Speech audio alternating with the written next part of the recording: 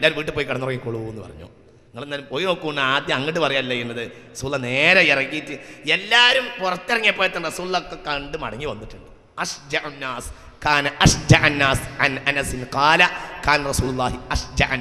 ഏറ്റവും ധീരനായിരുന്നു മുഹമ്മദ് നബി. അപ്പോൾ ഇൽമും ധീരതയും ഒരുമിച്ച് കൂടും. ചിലപ്പോൾ ഇൽമുണ്ടാവും, ധീരത ഉണ്ടാവില്ല. അങ്ങനെ വരുമ്പോൾ എന്ത് ചെയ്യുന്നറിയോ, അവിടെയാണ് ഭൗതികമായ നേതാക്കളൊക്കെ ഇൽമു കൊടുത്ത് ഉപയോഗപ്പെടുത്തണം. അതാണ് ഇവിടെ പറയുന്ന സംഭവം. ഷമീൽ നബി പറയും, എനിക്ക് യുദ്ധത്തിന് നയിക്കാനുള്ള അധികാരം അല്ലാഹ് തരണില്ല, താലൂത്തുണ്ട്, താലൂത്തിനെ കൊണ്ട് നേതാവാക്കൂ. അപ്പോൾ പറഞ്ഞു, അന്നായകൂനുൽ ലഹുൽ മുൽക്കു അലൈനാ, ഈ മനുഷ്യന് ഞങ്ങളുടെ മേൽ അധികാരിയാകാൻ എങ്ങനെ കഴിയും? അധികാരിയാകാൻ യോഗ്യന്മാർ ഞങ്ങളല്ലേ? എന്തുകൊണ്ട്? അയാൾക്ക് മുതലില്ലല്ലോ. ആട്ടിടയനായ ആളെ നേതാവാക്കിയ ശംബീലെ എന്താ നിങ്ങൾ ഈ പറയുന്നത്? അപ്പോൾ പറഞ്ഞു, മഹാനായ ശംബീൽ അലൈഹിസ്സലാത്തു വസ്സലാം പറഞ്ഞു, വസാദഹു ബസ്തതൻ ഫിൽ ഇൽമി വൽ ജിസ്മി, നേതാവിന് വേണ്ട രണ്ട് യോഗ്യതയും അയാൾക്കുണ്ട്. ഒന്ന് ഫിൽ ഇൽമി, നല്ല ഇൽമുണ്ട്, വൽ ജിസ്മി, നല്ല തടിയുണ്ട്. അവിടെ തന്നെ ശ്രദ്ധിക്കണം, ഫിൽ ജിസ്മി വൽ ഇൽമി എന്നല്ല പറഞ്ഞത്, ഫിൽ ഇൽമി വൽ ജിസ്മി എന്നാണ്. സാദഹു ബസ്തതൻ ഫിൽ ഇൽമി വൽ ജിസ്മി. എന്തുകൊണ്ട്? ഇൽമ് സ്വയം തന്നെ ഉണ്ടാകണം, അതാണ് ഏറ്റവും നല്ലത്, ഇല്ലെങ്കിൽ വഞ്ചിതനാകും. അതുകൊണ്ടാണ് പലപ്പോഴും മന്ത്രിമാർ IAS-കാരെ കൊണ്ട് വഞ്ചിതരാകുന്നത്. നേരെമറിച്ച് സ്വയം ഈ വിജ്ഞാനം അവർക്കുണ്ടായിരുന്നുവെങ്കിൽ വഞ്ചിതനാവേണ്ട ചാൻസ് ഉണ്ടാവുകയില്ല.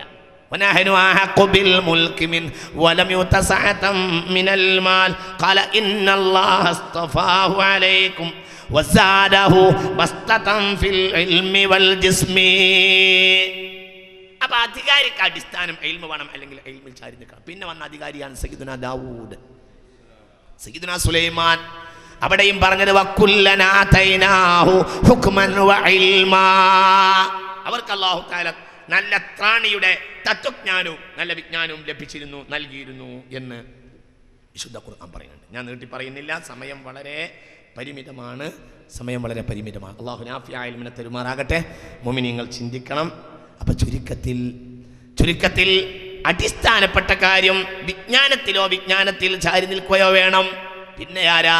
സമുദായ സ്നേഹം വേണം. നേതാക്കളുടെ രണ്ടാമത്തെ യോഗ്യത, ഖിയാറു അഇമ്മതികുമുല്ലദീന തുഹിബ്ബൂനകും തുഹിബ്ബൂനഹും വയുഹിബ്ബൂനകും.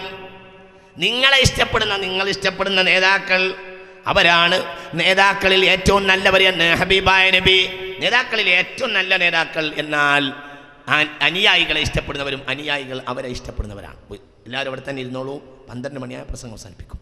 വതുസല്ലൂന അലൈഹിം, സാധാരണക്കാർ അവർക്ക് വേണ്ടി പ്രാർത്ഥിക്കും. വയുസല്ലൂന അലൈക്കും, അവർ നിങ്ങളുടെ മേലും പ്രാർത്ഥിക്കും. അങ്ങനെയുള്ള ആളുകളാണ്. അഥവാ സമുദായ സ്നേഹം, സമുദായത്തിനെ കുറിച്ചുള്ള താല്പര്യം, സമുദായ സ്നേഹം ഇതെന്ന് പറഞ്ഞാൽ തീരുന്ന വിഷയമല്ല. ഞാൻ വളരെ ചുരുക്കുകയാണ്. ചുരുക്കത്തിൽ നേതാവിന് ഒരുപാട് യോഗ്യതകളുണ്ട്. അതിൽ അടിസ്ഥാനപ്പെട്ട യോഗ്യതയാണ് ഈ പറഞ്ഞത്. ഇനി ഒരൊറ്റ ആയത്തോണ്ട് അതാണ് ഉദാഹരിച്ചിട്ട് പറയുക. ഞാൻ ചുരുക്കാണ്, ഇത് മണിക്കൂർ കണക്കിന് പറയാനുള്ള വിഷയം. നേതാവിൻ്റെ യോഗ്യത ഇങ്ങോട്ട് വന്നു ആലോചിച്ചോളൂ. ഒരു യോഗ്യത പറയാം, അതെല്ലാ യോഗ്യതയിൽ കൂടിയിട്ടുണ്ട്. ഇസ്ലാം മതം പൂർത്തിയായി വന്നതിന് ശേഷം വന്ന ഒരു ആയത്ത്, എന്നിട്ടും നേതാവിൻ്റെ യോഗ്യതയാണ് പറഞ്ഞത്. എന്താ?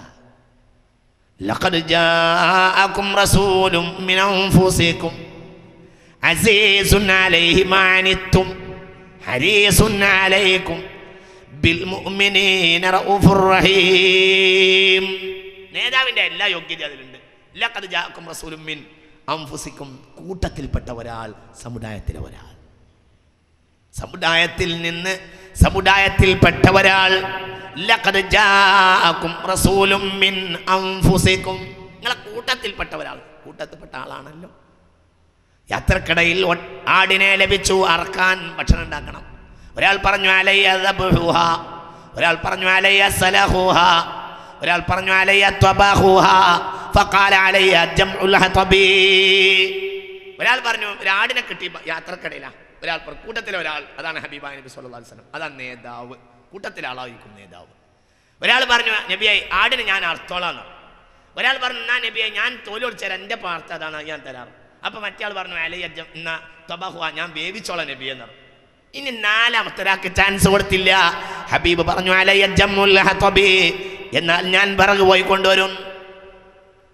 അപ്പോൾ ചോദിച്ചു തജ്മഉൽ ഹതബ വ അൻത ഫീനാ, നബിയെ അങ്ങ് ഞങ്ങളെ കൂട്ടത്തിൽ നിൽക്കുമ്പോൾ ഈ പറഞ്ഞ പണിയിൽ ഏറ്റവും മോശപ്പെട്ട പണി വിറകിന് പോയാൽ, അതുമല്ല ഏറ്റവും താഴ്ന്ന ആളുകൾ ചെയ്യുന്ന പ്രവർത്തനമായിട്ടാണ് പലപ്പോഴും ഗൗനിക്കപ്പെടുക. ഏറ്റവും താഴേക്കടയിലുള്ള ഒരു പണിയാണ് വിറകെട്ടാൻ പോയി കൂടെ എന്നൊക്കെ പറയാമെന്ന് പറഞ്ഞാൽ, വിറകൊട്ടുന്ന ഒരു മോശമെന്ന് വിചാരിക്കേണ്ടത് വേണ്ടതാനും പറയാം.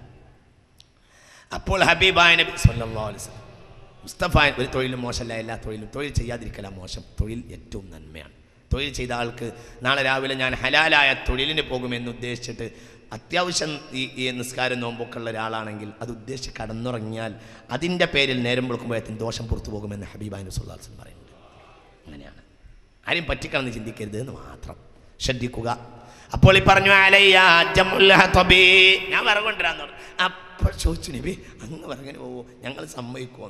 ഏയ് വലാകിൻ അക്റഹു അൻ അതമയ്യസ മിൻകും, നിങ്ങളെ കൂട്ടന്ന് വേറിട്ടെങ്കിൽ എനിക്ക് ഉറപ്പാ, ഞാനൊരു തടയരുത് എന്ന് മുസ്തഫ റസൂലുള്ളാഹി. ഖന്തക്കിൽ കിടങ്ങ് കീറുക, എല്ലാവരും ഇടക്കിടക്ക് അങ്ങനെ എണീക്കും. റസൂലുള്ളാഹി മാ റഫഅ സുൽബഹു, ഉയർത്തണേല്ല, കളക്കന്നെ കളക്കന്നെ കളക്കന്നെ കളക്കന്നെ. ചിലരൊന്ന് പാട്ട് പാടും, അപ്പോൾ അങ്ങനെ എണീക്കും, എന്നിട്ട് പാട്ട് പാടും. റസൂലുള്ളാഹി പാട്ട് കേട്ട് കിടക്കുക. നഹ്നുല്ലദൂന ബയഉ മുഹമ്മദാ അലൽ ജിഹാദി മഹയിന ആബദ. ഭക്ഷണമില്ലാത്ത ദിവസം, വെള്ളമില്ലാത്ത ദിവസം, മദീനയിലെ ക്ഷാമത്തിന്റെ നാൾ, ഖന്തക്കിന്റെ കടങ്ങ് കീറിയ അസ്ഹാബുൻ നബി. സ്വഹീഹുൽ ബുഖാരി ബാബു ഫളിൽ മുഹാജിരീന വൽ അൻസ്വാർ. ഖന്തക്കിന്റെ കടങ്ങ് കീറി ഭക്ഷണമില്ല, അന്നല്ലേ വമിനൽ യസീരി സഖാ വഅത്വമ ജൈശഹു حتى اكتفوا ويسيره لم ينفذ وله الوسيلة والفضيلة والعلا ومقامه المحمود يوم الموعد. ഇതൊന്നും വെറുതെ കഹാനിയല്ല, സ്വഹീഹുൽ ബുഖാരിയുടെ ഹദീസിന്റെ കാവ്യാവിഷ്കാരമാണ്. ജാബിറിന്റെ വീട്ടിൽ അന്നാണ് രണ്ടാളുടെ ഭക്ഷണം ഒരു പടക്ക് മുഴുവനും ഹബീബ് കൊടുത്തത് സല്ലല്ലാഹു അലൈഹി വസല്ലം. അന്ന് എല്ലാവരും കിടങ്ങ് കയറിയപ്പോൾ പാട്ട് പാടിയിട്ട് കിളക്കാണ്, കിളക്കും കുറച്ചെണീറ്റും പാട്ട് പാടും. ഹബീബായ റസൂലുള്ളാഹി കളക്കന്നെ കളക്കന്നെ എണീറ്റേ ഇല്ല.